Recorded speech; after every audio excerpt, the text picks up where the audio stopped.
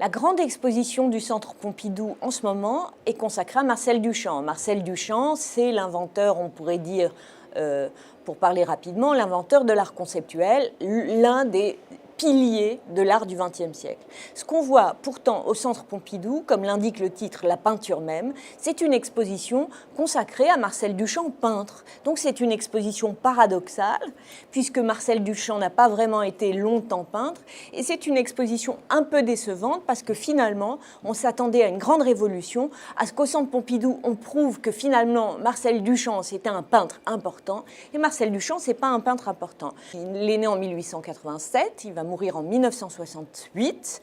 D'ailleurs, il est né français, il est mort américain, il s'est fait naturaliser, et il va faire d'abord du dessin dans les années 7-8, du dessin caricatural pour gagner sa vie. Puis, à partir des années 9 à 12 environ, il va faire de la peinture. D'abord du fauvisme, dans les courants d'avant-garde parisiens, puis du cubisme. Eh bien, est-ce que ça te suffit à dire que Marcel Duchamp est un peintre? Non, puisqu'il va abandonner la peinture dès les années 10. Ce qu'on peut dire tout de même, c'est que Marcel Duchamp est un vrai peintre et un bon peintre. Donc, il n'abandonne pas la peinture parce qu'il est mauvais, mais il abandonne la peinture parce qu'il a d'autres ambitions et parce que peut-être il est un peu aussi dégoûté ou désarçonné par le système de l'art et le système de la reconnaissance. L'exposition est intéressante parce qu'on voit très peu de peintures de Marcel Duchamp.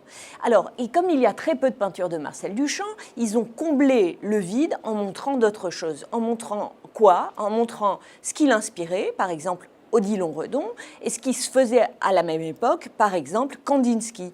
Et il montre aussi son œuvre magistrale sur laquelle il travaillera pendant 20 ans, mais on le montre avec une vidéo, avec une projection en fait, donc une toute petite allusion, une œuvre qui s'appelle « Étant donné », et qu'on regarde à Philadelphie, au musée de Philadelphie, à travers un petit œilleton, et là, on voit une installation sophistiquée d'une femme avec les jambes écartées dans un paysage comme ça.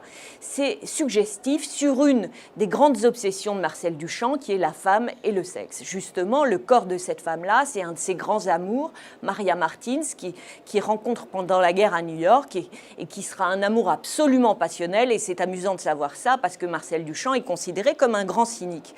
Tout ça pour dire qu'il faut quand même aller voir cette exposition qui est intéressante et que Marcel Duchamp n'a jamais renié sa qualité de peintre, puisqu'en 1935, comme le montre l'exposition, il va faire une installation qui s'appelle La boîte en valise et qui est une sorte de digest, de résumé de son œuvre à travers dans une petite valise où il reproduit en mini ses œuvres, et dont le premier exemplaire va être acheté par Peggy Guggenheim d'ailleurs. Et donc, on voit dans l'exposition qu'il ne renie rien, puisque dans sa boîte en valise rétrospective de son œuvre, il montre des mini-peintures. Mais Marcel Duchamp peintre, c'est une mauvaise excuse pour montrer Marcel Duchamp. Il aurait mieux valu dire les débuts de Marcel Duchamp. Ne soyez pas déçus, mais allez voir cette exposition qui montre plein de beaux tableaux. Merci beaucoup, à bientôt.